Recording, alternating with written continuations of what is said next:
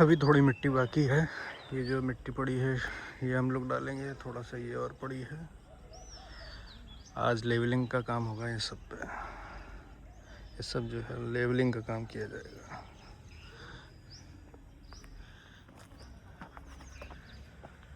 शायद कुछ और आवश्यकता पड़े डंपर वगैरह की, 1-2 डंपर।